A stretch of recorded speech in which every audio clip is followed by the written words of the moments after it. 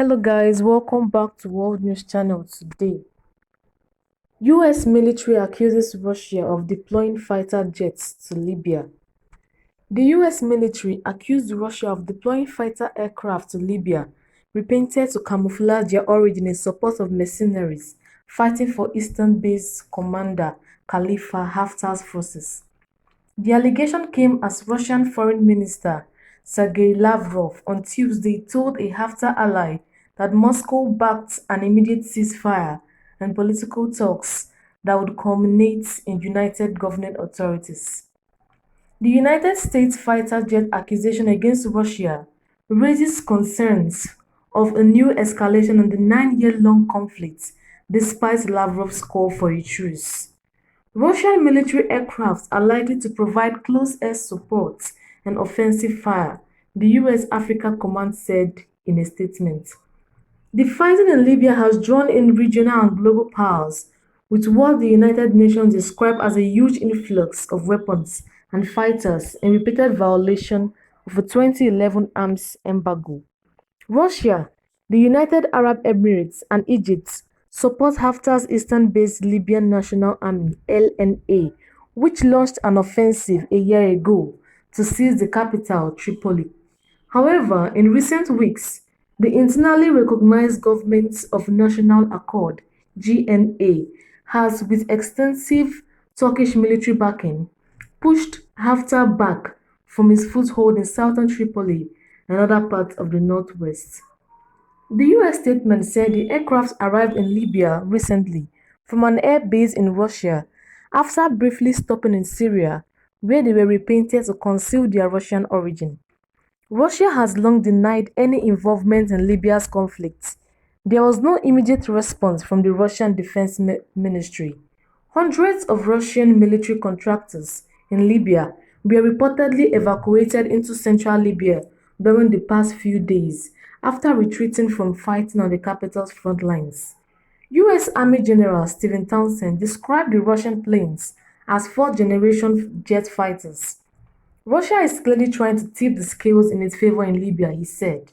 Just like I saw them doing in Syria, they are expanding their military footprint in Africa, using government-supported mercenary groups like Wagner, he added, referencing the Russian private military contractor Wagner Group, which the UN said last month had 1,200 fighters in Libya.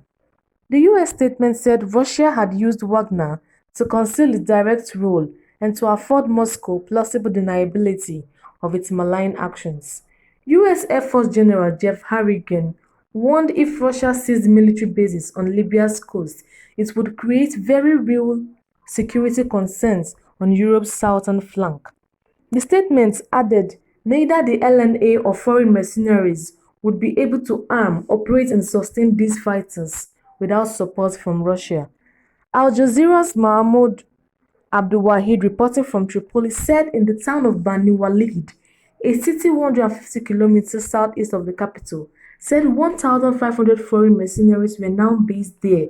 The question now is whether they are going to leave the country after the news they are being redeployed and provide advanced fighter jets, he said.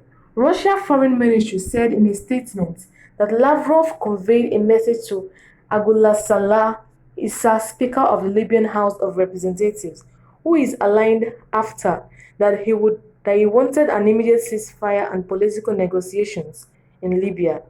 The Russians have supplied aircraft all along under the guise of spare parts. Talk is cheap.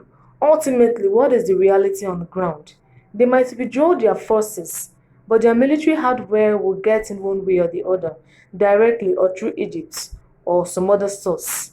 The announcements came as the UN mission in Libya strongly condemned what is called the use of improvised explosive devices against civilians in the Libyan capital. A statement released late Monday voiced alarm about reports that residents of the Salah al-Din district in southern Tripoli had been killed or wounded by IEDs placed in or near their homes.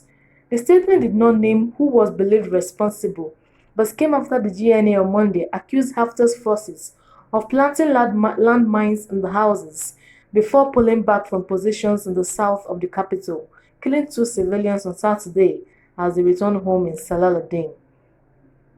These acts, which serve no military objective, provoked extreme fear among the population and violate the rights of innocent civilians who must be protected under international humanitarian law.